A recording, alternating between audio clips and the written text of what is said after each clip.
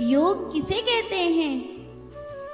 यम, नियम, आसन, प्राणायाम, प्रत्याहार, धारणा, ध्यान और समाधि। तुम गृहस्थी हो, क्या करोगे? सबसे पहले यम अर्थात अस्तेय, जितनी जरूरत है उतना ही इकट्ठा करो, उससे ज्यादा मत इकट्ठा करो। अपरिग्रह, जरूरत से ज्यादा इकट्ठा करोगे तो फिर मरने के बाद अपनी चीजों के आसपास घूमोगे, ना खुद चैन से मरोगे ना दूसरे को चैन से जीने दोगे। उनसे मोह हटा लो जो तुम्हें खींचती हैं। लोग तो ऐसे हो गए हैं, सड़ जाए पर गांठ में से निकले नहीं। डोकरा मर रहे है, बेटा इकट्ठे है गए, बहू बेटा जमाई सब इकट्ठा है हाके, बाबा कछु बोलवो चाह रहे है, ऐसा कह सके कछु गड़ो दबो रखो हैगा, भाई बतावे की कोशिश कर रहे होएगा। डॉक्टर को बुलाओ, ऑक्सीजन लगवाओ। देखो जी कर तो दूंगो, कम से कम 1 लाख रुपया को खर्चा आवेगो। ठीक है कर दो, 25-25 हजार सब बांट लेंगे, पर कछु घड़ो दबो रहेगो तो संग ही चला जाओ। बुलवाओ बुलवाओ। बुलवावे की कोशिश करी, दवाई गोली और ऑक्सीजन, बुढ़े में सांस आई और चिल्ला के बोलो, अरे नालायको पड्डा झाड़ू खा रहा है, देख नहीं रहे हो पड्डा झाड़ू खागो। इतना कह के बुढ़ा मर गो। 1 लाख रुपया की झाड़ू बची।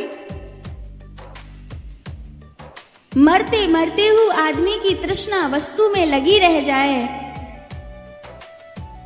मरवे के बाद भी वो यहीं कहीं घूमता दिखाई देता है। कैसे मुक्त होगा?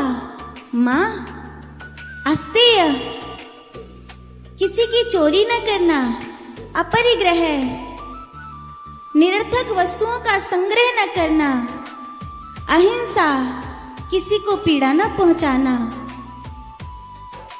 और सत्य, कभी झूठ का आश्रय न लेना। माता,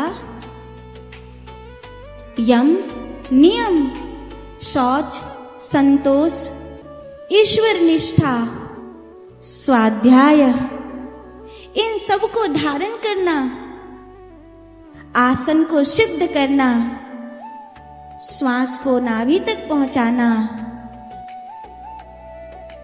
प्राणायाम करते हुए प्रत्याहारी, जो वृत्ति बाहर भाग रही है उस बाहर भागती हुई वृत्ति को भीतर लेकर के आना, यही प्रत्याहार है।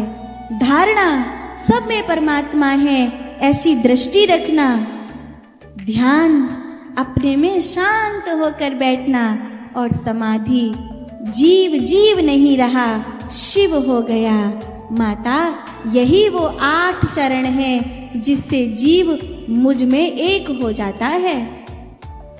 मैं तुम्हें जो उपदेश दे रहा हूँ, ये उपदेश भविष्य में सांख्य के नाम से जाना जाएगा। माँ सुनो। वासुदेवे भगवती भक्ति योग प्रयोजिता, जन्यत्सा सुवैराग्यम ज्ञानम यद ब्रह्मदर्शिनाः। अग्नि काष्ठ में छुपकर बैठती है और काष्ठ में से प्रकट होती है तो काष्ठ को जलाकर भस्म कर देती है। ऐसे ही वो हमारे ही भीतर है, और जिस दिन वो गुरु कृपा से प्रकट होगा तो वो हमारी मैं को जलाकर भस्म कर देगा और वो ही वो रह जाएगा। जब काष्ठ में से अग्नि प्रकट होती है, अपने आप नहीं, कोई बाहर से चिंगारी मिलनी चाहिए, तब काष्ठ में अग्नि प्रकट होती है। भीतर परमात्मा है, पर गुरु की आंख मिलनी चाहिए। तो वो भीतर का परमात्मा प्रकट होता है।